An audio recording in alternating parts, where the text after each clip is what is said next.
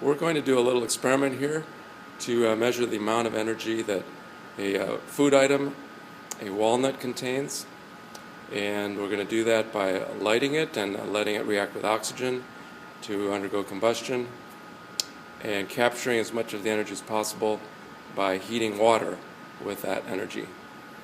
Now there's some things we need to measure ahead of time so we can get numbers out of this experiment. Think a little bit about what those might be.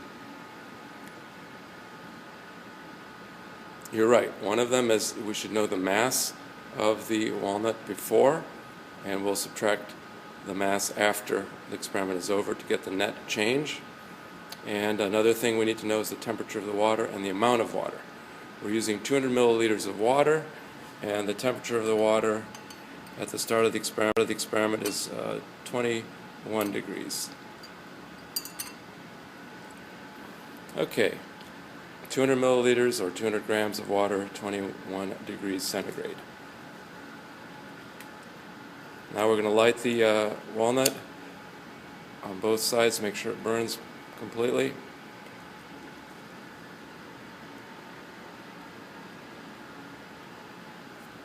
And we're going to put this little can around it. You can see that the pencils are there for a purpose to make sure air can enter underneath and keep the combustion going. Now we're going to set the water on top so it can trap the heat, and we will get quite a bit of smoke, and the smoke means that some of the carbon won't completely burn to CO2, so we have to take that into account if we don't get as high a number for quite a bit of smoke and quite a bit of heat. Temperature's already up to 26. Of course, the can also gets hot, so some heat is wasted in terms of not being captured in the water. Temperature is now almost 30.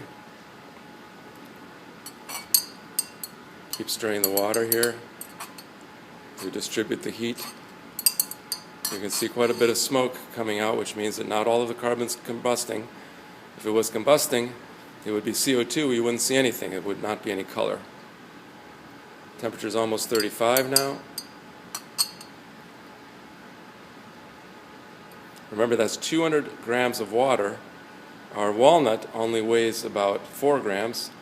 We'll find out how much. You can see it's still burning. You can see the reflected fire underneath.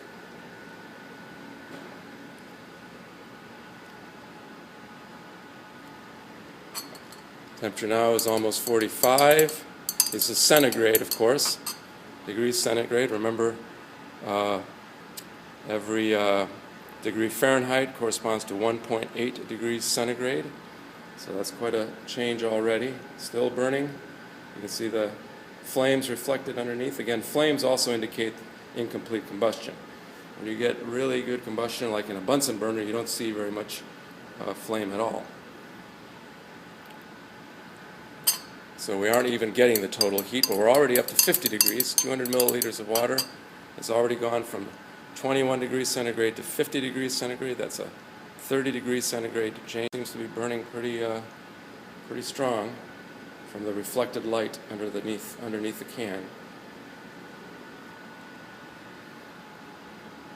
I've got the hoods turned on so that this hopefully won't disturb our neighbors, because it's producing quite a bit of smoke.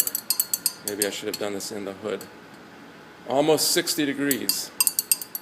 Originally I was going to put 100 milliliters of water. I'm glad I put 200, because I would be boiling already if it was only 100 milliliters of water.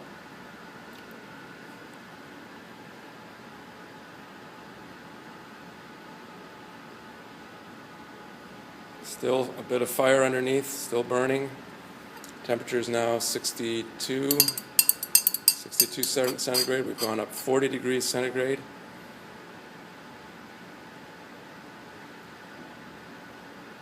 That's over 70 degrees Fahrenheit change in temperature.